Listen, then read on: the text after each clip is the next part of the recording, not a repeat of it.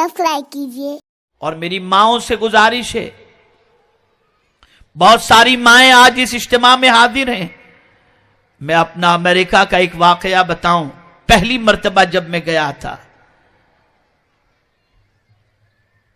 जब new Jersey से Chicago में प्रोग्राम के लिए जा रहा था, तो मेरी अर्ली मॉर्निंग की फ्लाइट थी।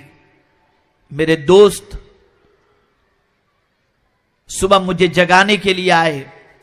मैं बेदार हुआ तो मैंने देखा कि उनके पूरे घर की बत्तियां जल रही हैं, दालान की बत्ती जल रही है और तकरीबन कमरों की और सब बत्तियां जल रही हैं। तो मुझे हैरत हुई कि शायद मेरी वजह से आज इनको जल्दी उठना पड़ा होगा और तकलीफ हो गई। मैंने उनसे कहा, मास्टर साहब, मेरी वजह से आज सारे घर वालों को तकलीफ हुई। बरजस्ता उन्होंने कहा कि नहीं,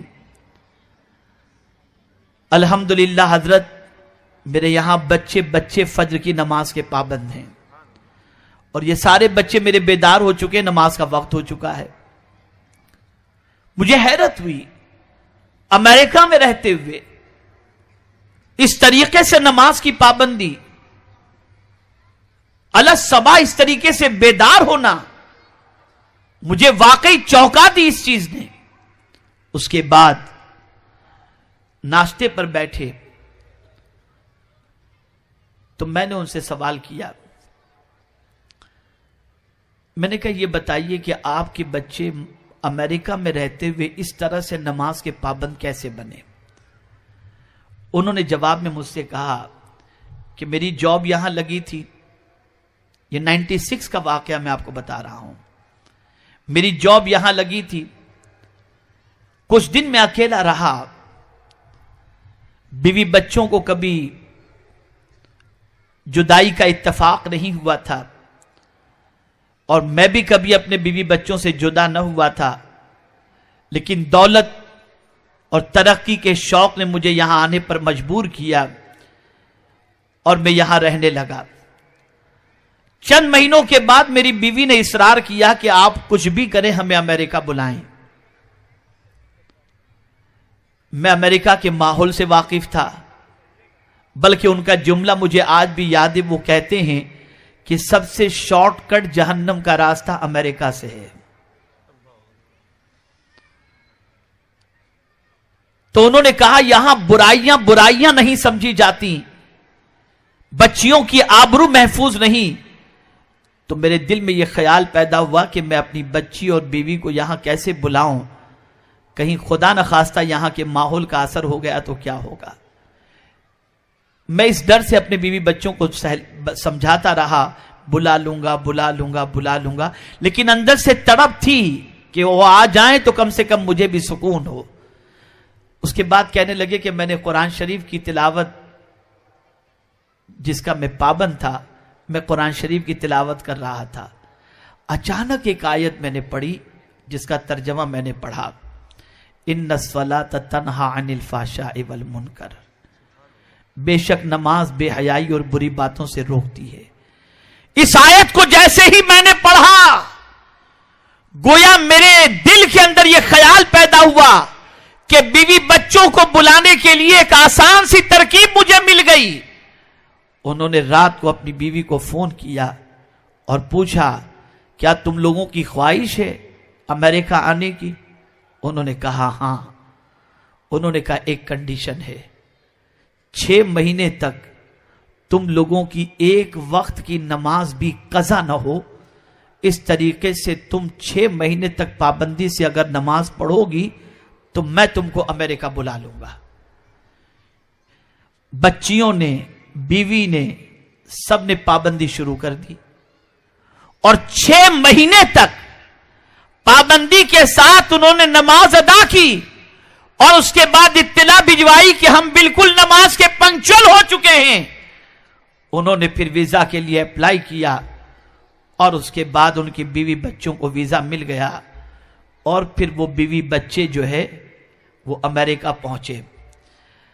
ये बात उन्होंने मुझे तफसील से बताई। उसके बाद फ्लाइट का टाइम हो रहा था। मैंने कहा अब चलते हैं एयरपोर्ट के लिए।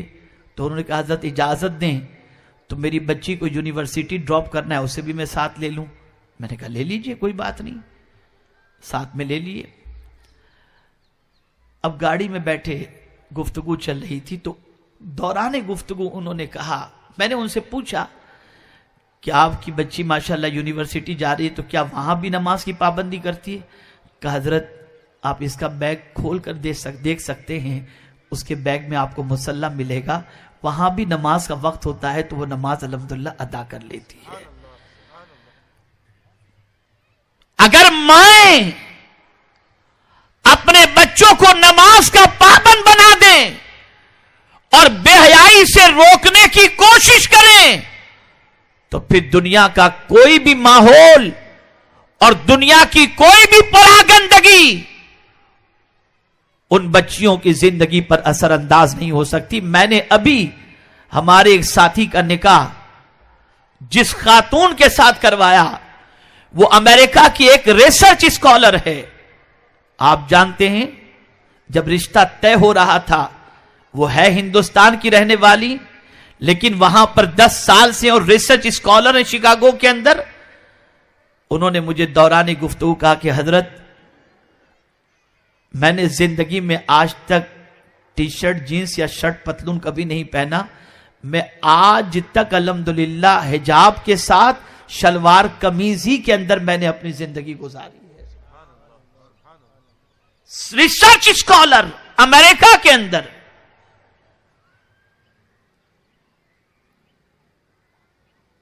یہ بات ذہن کے اندر رکھیں،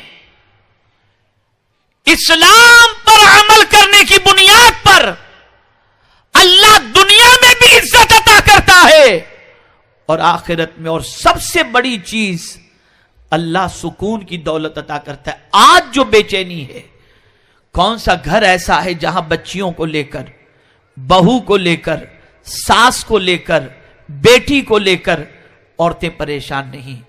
میں نے قرآن کی جس آیت کی تلاوت کی وہ اسی پریشانی کا سولیوشن ہے.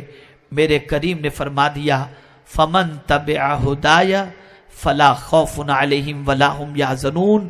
جو اللہ کے قانون کی پیروی کرے، دین اسلام کی پیروی کرے، اللہ اس کے دل سے خوف کو بھی نکال دے گا اور اس کو غم سے بے نیاز کر دے گا.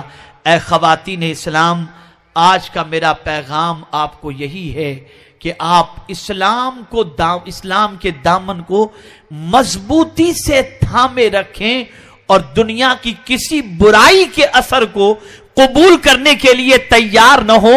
اس لیے کہ یاد رکھیں، اگر دنیا بے چین ہے تو گناہوں کی وجہ سے، اس لیے کہ گناہ انسان کے چین و سکون کو ختم کر دیتا ہے اور نیکی انسان کو سکون کی دولت عطا کر دیتی ہے.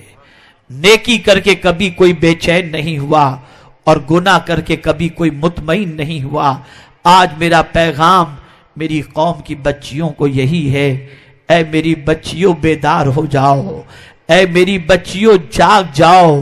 دنیا تمہیں بگاڑنے کے اوپر جد و جہد کر رہی ہے اور الیکٹرانک میڈیا، ماڈرن ٹیکنالوجی تمہاری جوانی کو داغدار کرنے کی کوشش کر رہی ہے، لیکن پیغمبر رحمت صلی اللہ علیہ وسلم تمہیں یہ پیغام دے رہے ہیں کہ تمہیں کسی اور کو نہیں دیکھنا، میری بیٹی فاطمہ کو دیکھو، اس کے نقش قدم پر چلو، دنیا میں بھی سکون سے رہو گی، آخرت میں بھی. ہماری ویڈیو کو لائک شیئر ضرور کریے.